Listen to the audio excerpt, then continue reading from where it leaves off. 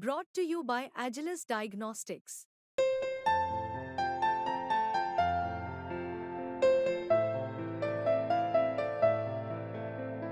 Agilus Diagnostics.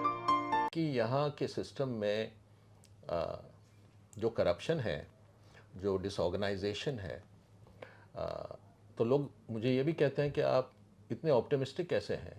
लोग बड़े नाराज़ हैं, जुलूस निकलते हैं जिसमें महिलाएं भी शामिल होती हैं और वो कहते हैं हम इसको टॉलरेट नहीं करेंगे।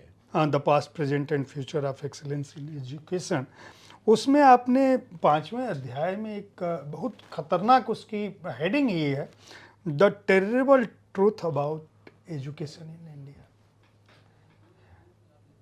आपने ऐसा क्यों लिखा? ऐसा क्या है जो एक ऐसा सत्य है जो इतना कड़वा हो सकता है जिसके लिए आपने टेरिबल वर्ड का यूज किया है? देखिए, आपने बहुत अच्छा सवाल पूछा, क्योंकि जब किताब मैं लिख रहा था तो मैं एक ऑप्टिमिस्टिक अप्रोच लेना चाहता था, क्योंकि मैं समझता हूँ कि इंडिया बहुत तरक्की कर सकता है। आपने वो बात के अध्यायों में उसको बहुत अच्छे ढंग से लिखा है, पूरी बात को विस्तार से आपने दिया जी है। जी, लेकिन मैं ये नहीं, ये अगर कोई कहे कि मैं हिंदुस्तान की या इंडिया की रियलिटी को नहीं समझता तो वो गलत सोच रहा है, क्योंकि मैं बखूबी समझता हूँ। क्योंकि मैं धौला कुआं कैंपस में पढ़ा है 3 साल, जामिया मिलिया में भी पढ़ा है 3 साल, और पढ़ा भी हूँ मैं, तो मुझे यहाँ का सिस्टम मालूम है। तो मसलन एक दुखद इंसिडेंट का मैं जिक्र करता हूँ कि जब मैं धौला कुआं कैंपस में पढ़ाता था तो उन दिनों में यूनिवर्सिटी में एक सीक्रेसी ऑफिसर होता था। तो सीक्रेसी ऑफिसर जो रोल नंबर होते थे क्लास में, जब आप एग्ज़ाम देते हैं तो वो रोल नंबर चेंज कर देता था ताकि किसी को पता ना हो। तो एक समय मैं कुछ एग्ज़ामिनर था, तो मेरे पास पेपर्स आए थे चेक करने के लिए। तो मेरा ही एक स्टूडेंट, वो कोई असिस्टेंट कमिश्नर ऑफ पुलिस था, उसकी तरफ से कुछ लोग आ गए कि सर कह रहे हैं कि थोड़ा पास कर दीजिए या थोड़े अच्छे नंबर दे दीजिए। भाई मैंने कहा ये तो रोल नंबर बदल जाते हैं।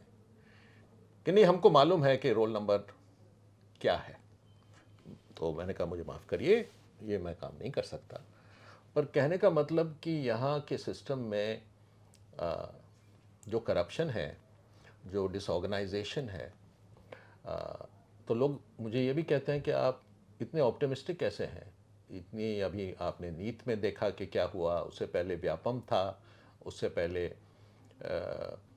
एक और यूपी में 2 मिलियन स्टूडेंट्स को दोबारा एग्ज़ाम देने पड़े।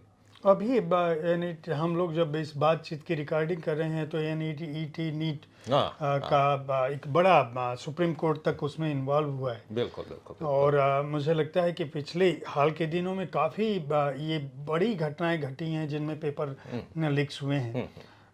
तो ये एक दिक्कत तो है। हाँ हाँ, मैं समझता हूँ, लेकिन फिर भी मैं कहता हूँ कि भाई हम ऑप्टिमिस्टिक इसलिए हूँ क्योंकि इस मामले से अब आक्रोश बहुत है।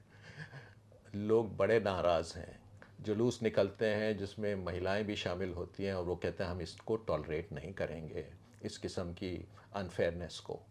और गवर्नमेंट पे बहुत दबाव है, सिविल सोसाइटी का, स्टूडेंट्स के पेरेंट्स का, कि आपको ये बदलना पड़ेगा, हम इसको टॉलरेट नहीं करेंगे।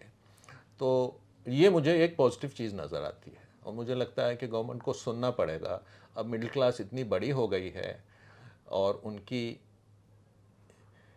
पेरेंट्स ने इतना इन्वेस्ट किया है, वो ये चीज़ें हो रही हैं, लेकिन इन पे रोक भी डाली जा रही है कि ये फिर से आगे ना हो। तो उम्मीद करता हूँ कि ऐसा हो।